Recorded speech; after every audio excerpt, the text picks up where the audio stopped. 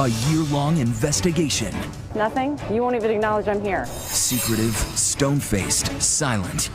Why won't they talk to us? Why? Just trying to find out, what are you doing? Excuse me, excuse me. Follow our journey to a hidden world where outsiders are the enemy. Loved ones are banished. Families are torn apart. He just kept grabbing my hand. And he said, I love you so very much. And one man, the prophet Warren Jeffs, still calls all the shots, even while locked up for life. Bizarre decrees, everything from what groceries they buy to what goes on in private. No sex between husband and wife. But tonight, one family says no to the prophet and breaks away. We're considered apostates and wicked around here.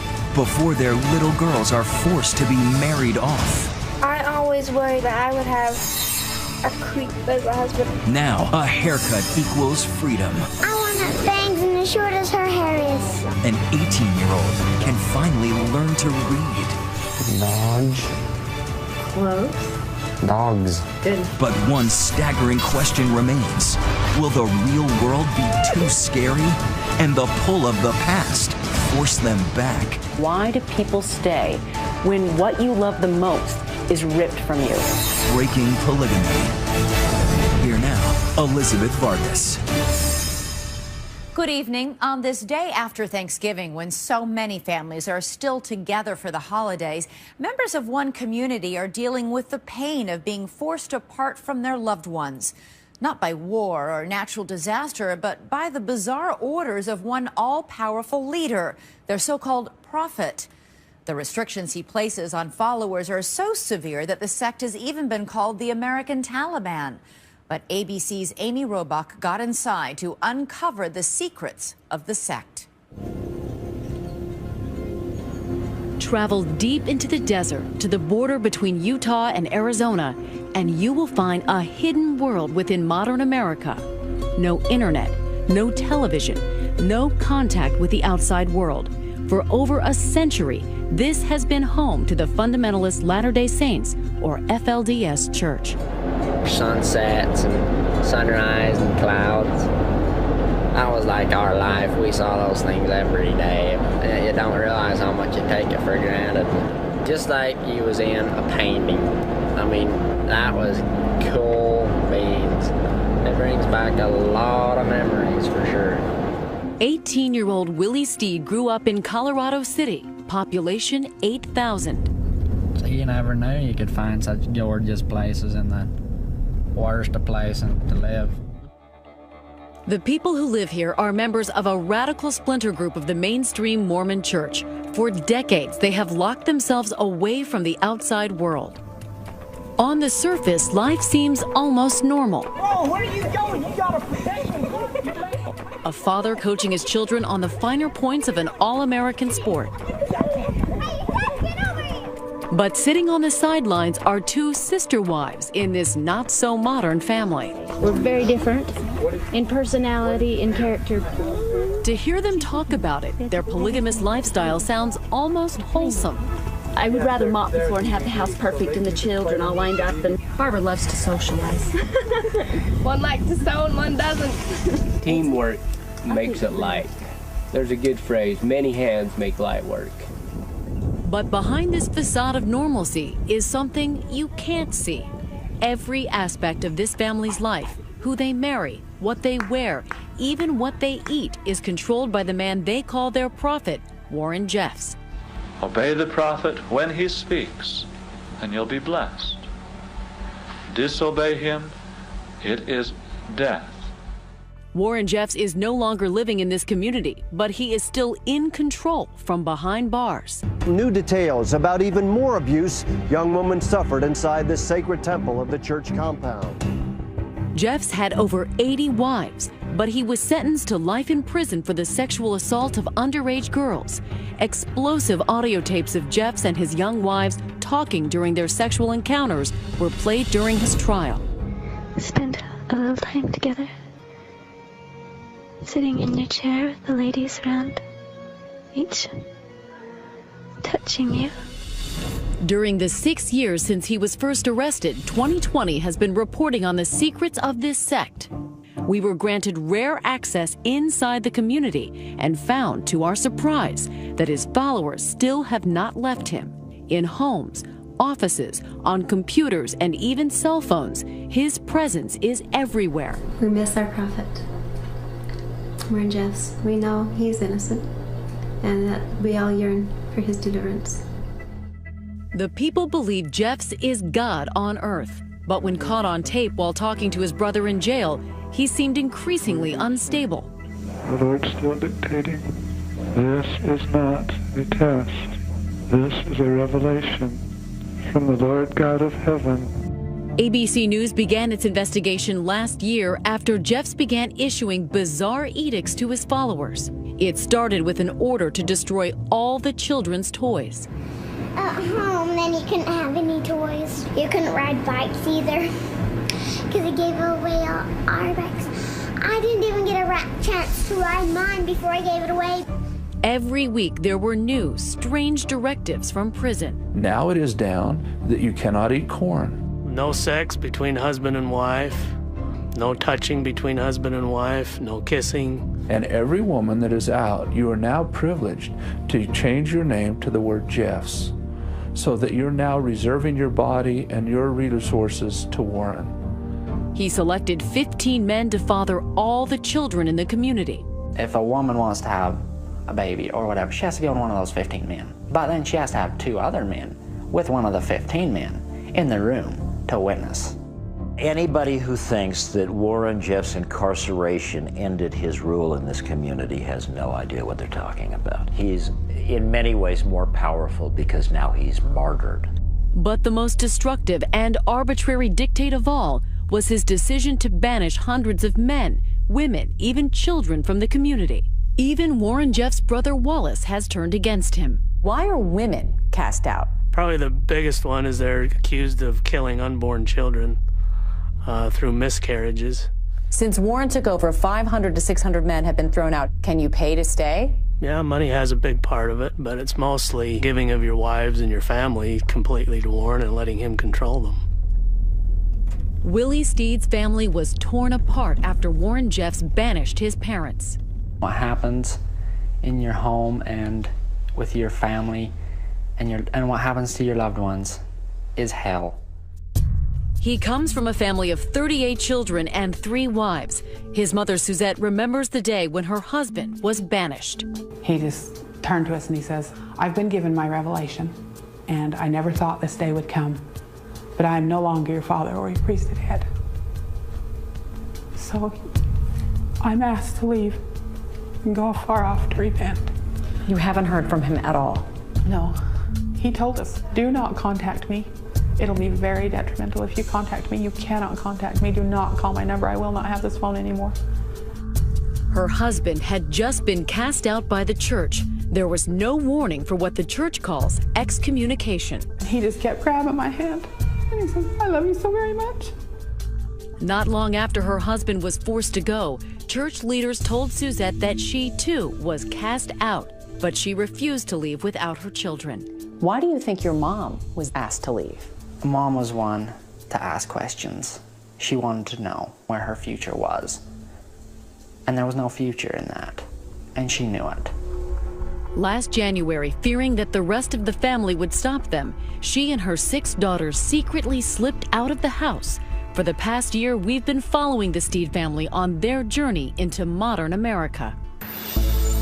When we come back, what lies ahead for the Steed family in a strange new world, and the consequences of defying the prophet.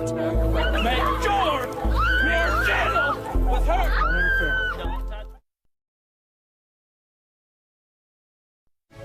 We return to 2020's Breaking Polygamy. Willie is now an outsider in his own hometown. With no money, no means of support, he turns to a group called Holding Out Help, a kind of underground railroad for those escaping from polygamy. He's done all the career preparation and he's got through that. They find him a home with Pam and Ron Jensen. Okay, down here's gonna be my room, and here's my bed, my bath bag, everything that came with. Check it out, I still got the keys to our house. Because of his decision to leave the religion to the FLDS, he's now known as a son of perdition. Son of perdition means you are Satan's property and that you will burn in hell for the rest of your life when you leave this life for what you have done. Are you a son of perdition? If I am, well, I sure love it. If this is hell, well, I'm glad I stepped out of heaven to find it. Is the very first thing we start with. While helping him write his first resume, Pam discovers something shocking. You want me to write it down? I'll write it down. Willie can't read. Did you realize how little you knew? Yes, I did. Being in that religion, I knew that I was going nowhere. I wasn't growing in life. I couldn't change because, for instance, I didn't know how to change. Ball, hall, wall. When he starts his first lesson with Pam's daughter, Amanda, the going is tough. B, or D. Dodge. Close. Dog. No. No, that's right. Dog and then... Dogs. Good. Willie is reading at a first grade level. Change part to the word cart. K-R-T.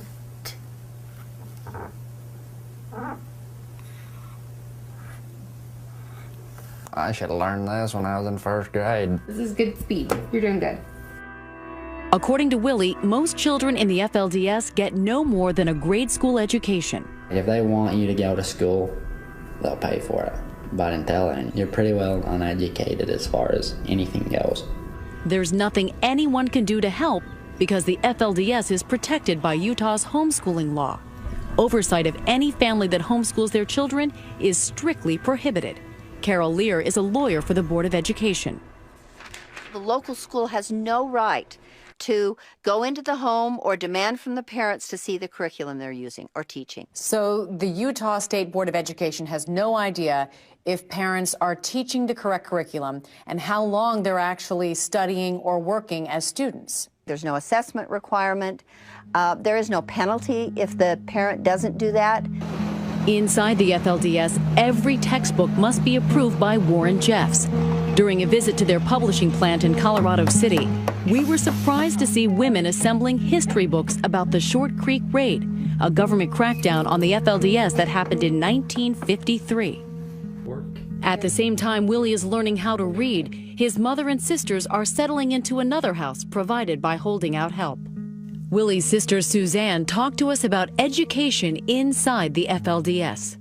How disappointing was it when you realized, when you came outside and you tried to go to school or see where you were with other kids your age, how little you actually had learned from an education standpoint? It was extremely frustrating for me because in there they assure you that you are teaching your children everything they need for this grade level. The homeschools inside FLDS are like no other school system in America.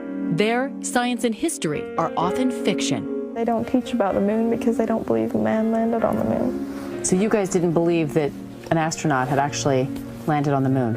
Actually, they were taught that God led Neil Armstrong away from the moon. So this is interesting to me. So tell the children I love them and I will come and gather them up if they are clean and pure.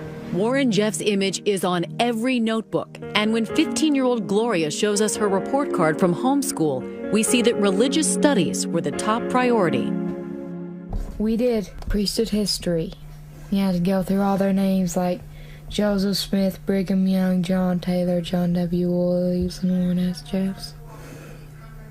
Instead of studying math and science, she spent her days at school copying Warren Jeff's Proverbs. When you were writing it, did you believe everything you wrote? Oh, yeah. What do you think about all of that now?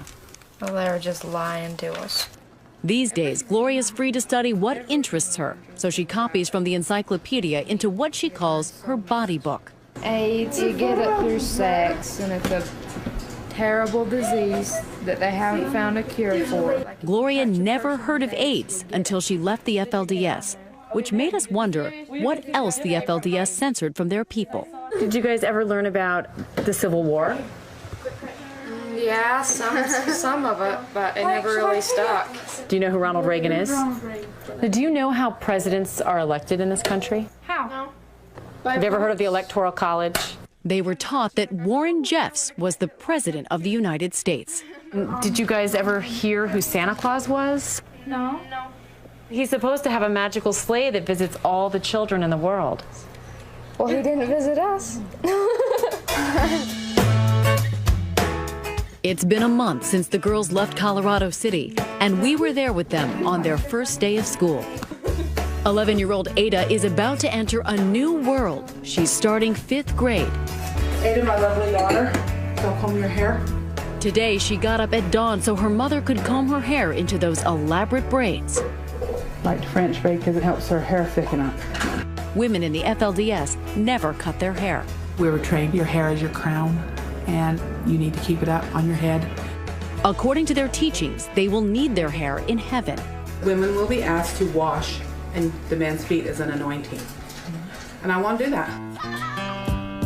Ada is still caught between two worlds. The prairie dress she once wore is gone, but she still hides her body under high-neck, long-sleeve shirts. Yet her mother is disappointed about how easily all her daughters left their old life behind. I keep wanting to tell her, pull your top down, darling. And when they come in and there's this little cleavage showing, I'm like, children. Suzette's upset because those old-fashioned dresses are all about faith. Women cover up from neck to ankle because their bodies are considered sacred temples. 3 years ago, we talked with Lizzie Jeffs, the town dressmaker. It's easier to see each other as a person, a whole person, inside and out. As they settle into their new home, the girls still hold on to the fragments of their past. Time to play, time to play. No, hold up, okay.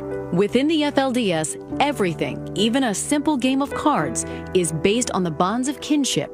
6-year-old Nellie calls this the memory game. This is Leona, and this is Marie, and this is Danessa, Marie's daughter. And we're making them mates. Put them together, she was mates. It's the FLDS version of Go Fish. Do you have Marilyn's father? Nope, Go Fish. Over 3 months have gone by, but no word from their father. They still have no idea where he is. Do you remember your father? Mm-hmm. What do you remember most about him? Well, he had gray hair, he always wore this blue work suit, and he always wore a middle hat. Do you miss your dad? Mm-hmm. I think all of us do. She's worried that she'll never see her family again.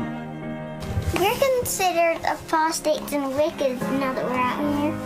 An apostate is a person who deliberately leaves the religion.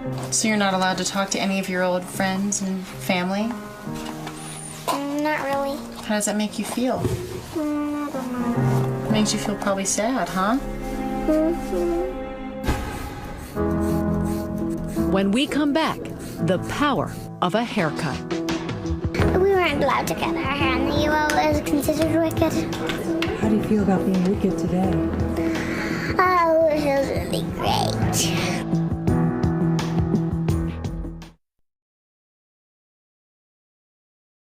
Here we go, boys! When we first met Willie Steed, he was trying to pop wheelies on the ice in North Dakota, stealing a moment of fun.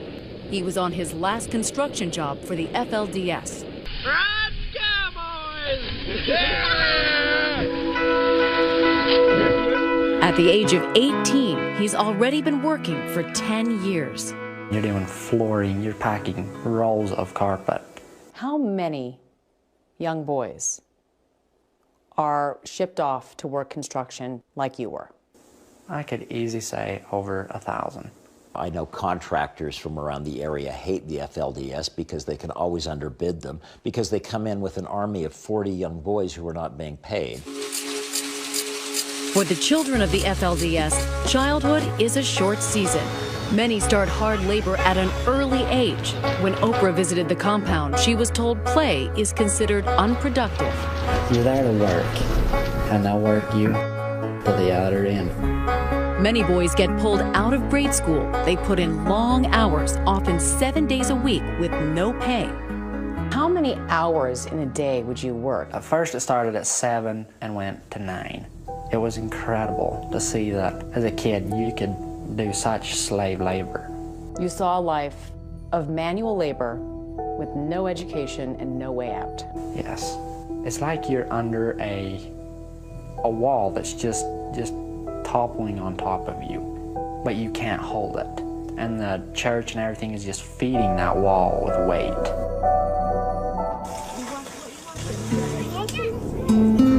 But for the girls of the FLDS, motherhood was the only horizon. When we talked to women inside, everyone shared the same goal. I wanted to have a family. I wanted plural wives. My father had plural wives. I liked having more than one mother. I liked having a lot of brothers and sisters. Our belief is that there are spirits up in heaven waiting to be born here. And we want to offer them a loving, good home. Young girls living inside the community could imagine no other future. What do you see yourself doing? In 5 years? Being a mother of a family. How many kids do you want? Oh, as many as I can have. But the Steed sisters always knew that marriage was a future they dreaded. Their prophet, Warren Jeffs, assigned wives to men without asking for consent. Why did it scare you? Because I knew that I'd have to marry a man that I didn't even know. 11-year-old Ada told us she was terrified. I always worried about that I would have a creep as a husband. I always wanted a husband that was the kind to help you. Even in a prairie dress, it was always clear that Gloria was a rebel. All the men down there are jerks, and I don't really want to marry any of them. They're pompous asses. Do what I say. Do what I say. The Father rules. Men were in charge of us. They were the only way we were going to get to heaven. We had to love them no matter what. We decided. We had to share them with other women. Elisa Wall is a cousin of the Steeds. She wrote a book about her escape from the sect. At the age of 14, Warren Jeffs forced her to marry her first cousin, so she knows why her cousins distrust men. We had to submit, we had to obey, and through it all, we had to hold them on a pedestal and believe that they were, in essence, a god in our lives. It's all about the men. So don't be embarrassed or anything like that. Elisa's been with the girls for many of their firsts. So you just want to make sure that you always have the right size around your chest. The girls have never been measured for bras before. And right in between a B and a C, correct? Mm-hmm. And makeup has always been a forbidden temptation. That looks bad. 17-year-old Suzanne wants to help support the family. So Elisa hired her as a seamstress at her baby clothes company. For a girl who's lived such a sheltered life, getting on the bus is a small act of courage. What's been the hardest part about living outside of everyone and everything you knew? I was never allowed to walk out of the yard alone. That just wasn't done. Every day takes the girls further from the strict path they once followed. But the milestone in their transformation is the day they all decided to cut their hair. Maybe to about here. The hair is such a big part of what makes a woman and what makes you worthy. I think it's so easy to make your identity surrounding your hair. And when you cut that off, it's releasing that identity and stepping into new and stepping into the unknown. And that can be scary at times, but it's a liberating thing. What do you want to do? I want bangs and as short as her hair is. That was quite a time for us. You get emotional, though, when you talk about it. Knowing that if I met my father today, he would be displeased with me. But also knowing that I am not living to please him anymore. We have to move on in life and leave things behind. We weren't allowed to cut our hair and the UO is considered wicked. How do you feel about being wicked today? Oh, it feels really great.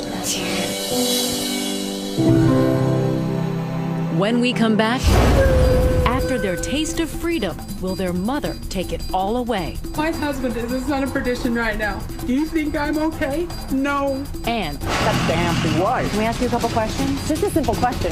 We search for answers. You won't even acknowledge I'm here. In a town of walls. Just trying to find out, what are you doing? Excuse me, excuse me. Hello?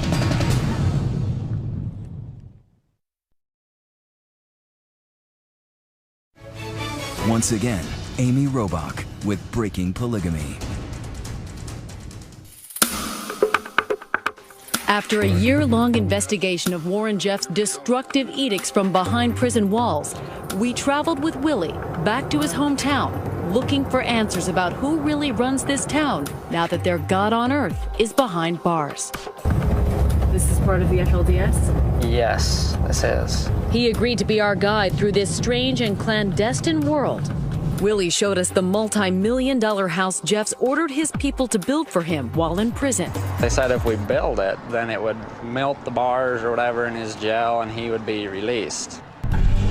Jeff's also forced the people to relinquish all their possessions to this distribution center.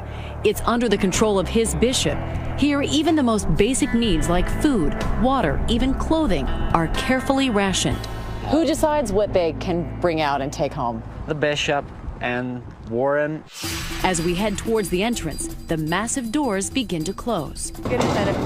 Is Warren Jeffs in charge? Is he still? But when we asked people all over town, no one would answer questions about Warren Jeffs. Just a simple question, whether or not Warren Jeffs is still in charge of the town. I don't get to respond. You won't talk to us? No? Nothing? You won't even acknowledge I'm here. This woman shielded herself from the cameras with a pamphlet, Articles of Faith. Suddenly, we realized that we're not alone. Warren Jeff's secret police, known as the God Squad, is on our tail. What is the God Squad? Warren tells them to patrol the media at all times. So they're following us, or they're monitoring us? They know where we are. They've already took pictures of our vehicle and everything. There they are again. So we decide to confront them. Hey, just trying to find out, what are you doing? Excuse me, excuse me. Hello? These tactics are menacing, but harassment by the local police against former members of the FLDS is far worse. Be gentle with her. This year, the Department of Justice filed a lawsuit against town officials, accusing them of acting as an arm of the FLDS. Mike Watkiss reported about this conspiracy in his film Colorado City and the Underground Railroad. You do not hold a position of authority in that community unless you are at FLDS. How have they largely remained outside the law? Because nobody gives a damn. Because local police have been charged with abusing their powers, they are now being monitored by the county sheriff. Is it frustrating that a convicted child molester is still exacting so much control? Yeah, it's troubling. Everywhere around us, there was stony silence and anger. Why? Get that damn thing. Why? Why? You go jail. You go jail. It was not the first time we'd witnessed the fury of the FLDS. This is what happened when ABC News last reported on Warren Jeffs. The man who just knocked down that camera is Willie Jessup, former bodyguard to Warren Jeffs and one of his most loyal followers. But last year, after Jeffs was convicted of rape, he decided he'd had enough and left the FLDS. So Warren is still in charge of the FLDS? Oh, very much so. Why do people stay when what you love the most is ripped from you for no real reason? Warren controls people the same way that David Koresh did. So there'll be no excuses. Jimmy Jones did. Anybody wants to get out of here can get out of here. He threatens banishment if his dictates are not obeyed. So a mother is now saying, well, in order for me to preserve my children by God, I need to remove myself. We tried to get into one of the most tightly secured buildings in the town. Behind that gate is the maternity clinic of the FLDS, the epicenter of their faith. Hello, this is Amy Robach with ABC News. We're standing outside the clinic and we just wanted to ask a couple of questions. Can we come inside? Hello? They just hung up on me. It's impenetrable. But 3 years ago, we were granted unprecedented access to this clinic. We met a young mother who sang us a lullaby by Warren Jeffs. Love warms and cheers us in winter's cold weather, and mid the summer's heat, faith makes us strong. The spiritual mission of women in the FLDS is to bring more children into the world. We have 5 children, and I asked Heavenly Father for a little girl baby, and He gave me a girl baby. This is the only time the FLDS has ever allowed video cameras behind these closed doors. You don't have leukocytes, but you have ketones which show. Shirley Barlow is a certified midwife and has worked here for almost 40 years. On this day, she's doing a checkup on her sister. I have had 14 children. I'm 43, so I'm still just young. Only midwives birth the babies here.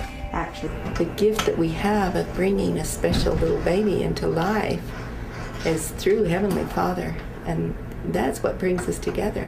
This clinic once birthed about 400 babies every year.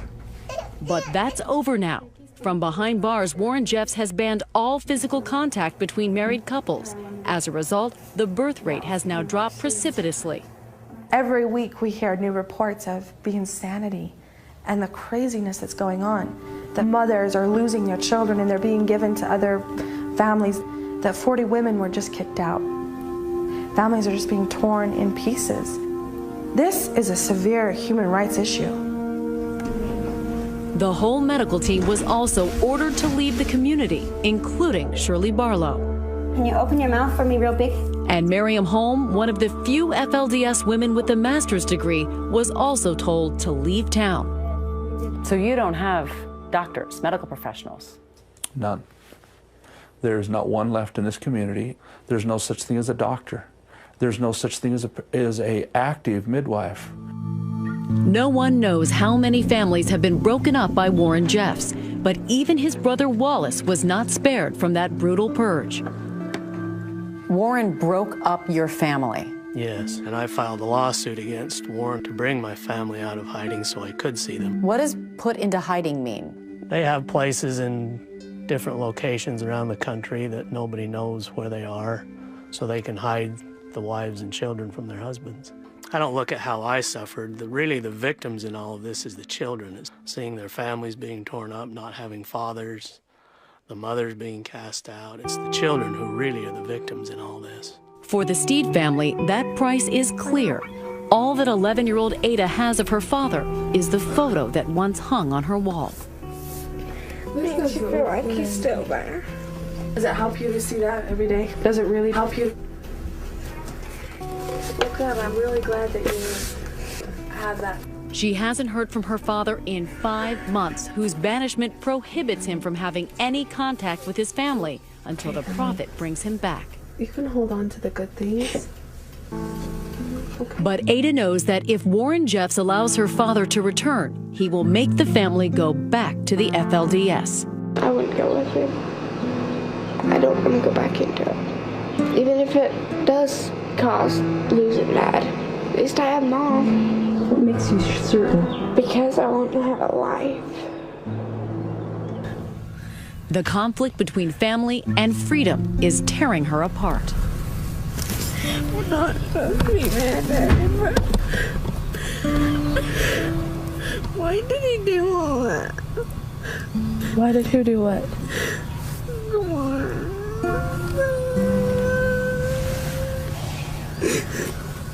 She holds Warren Jeffs responsible for the breakup of her family. Ada, it's okay to be angry. Her anger drives her to the ultimate taboo, defacing a photo of Warren Jeffs. Do you want to tell me what hurts? Everything. Just, we didn't even have a life. Next, Suzette makes a surprising decision. What if he comes back, and what if he asks you to come back? I would say yes. I love him a lot. Will she force the girls to return to Colorado City?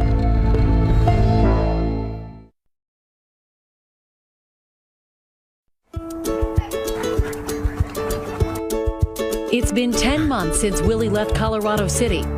As he settles into his new home with the Jensens, they help him claim the childhood he never had.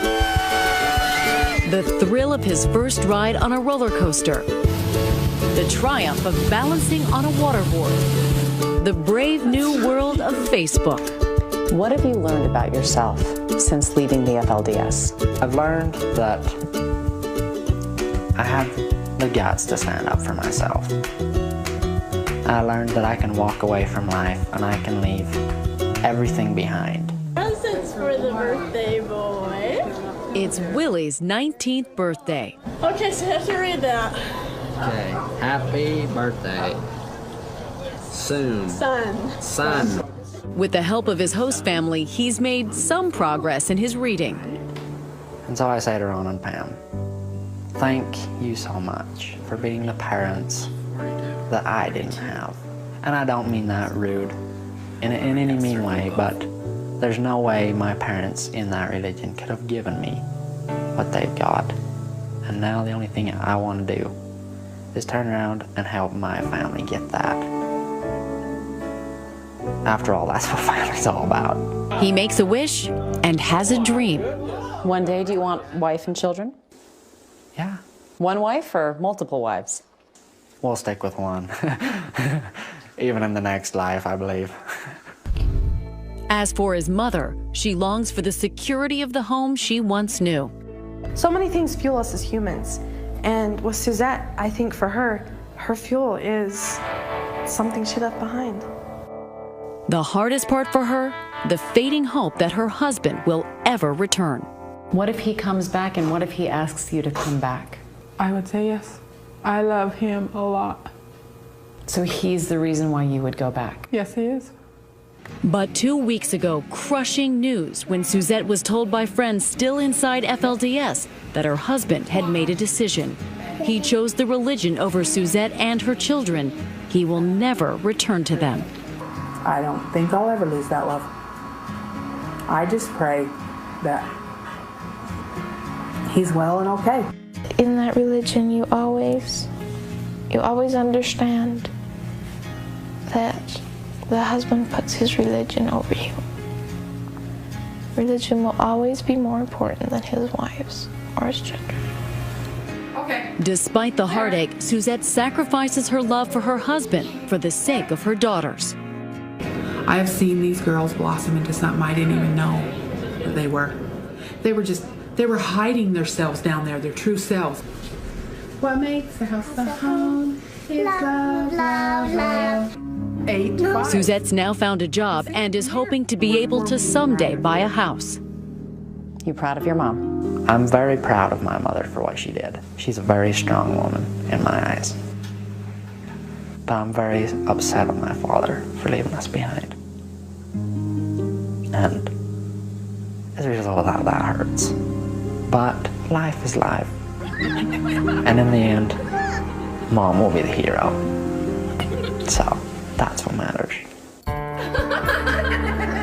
Now she's fully supporting her daughters in a world of infinite possibility. Nellie started first grade this year.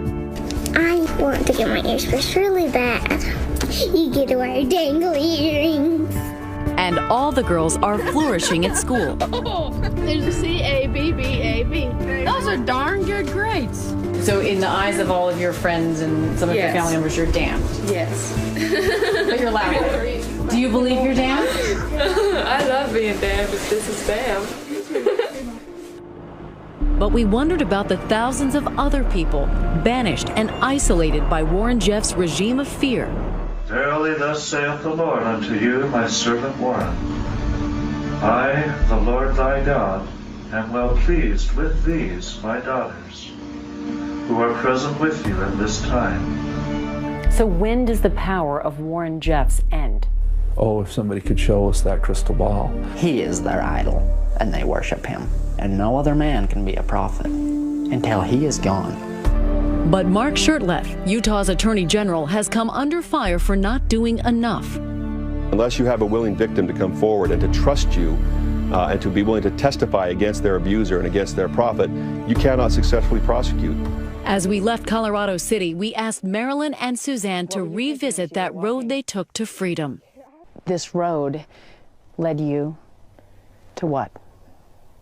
A future where we are right now. It's been said that the only journey is the one within. We really did it. The past may never be past for them. What do you think?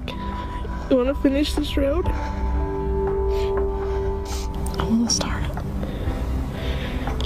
But this family feels sure they will find their future together.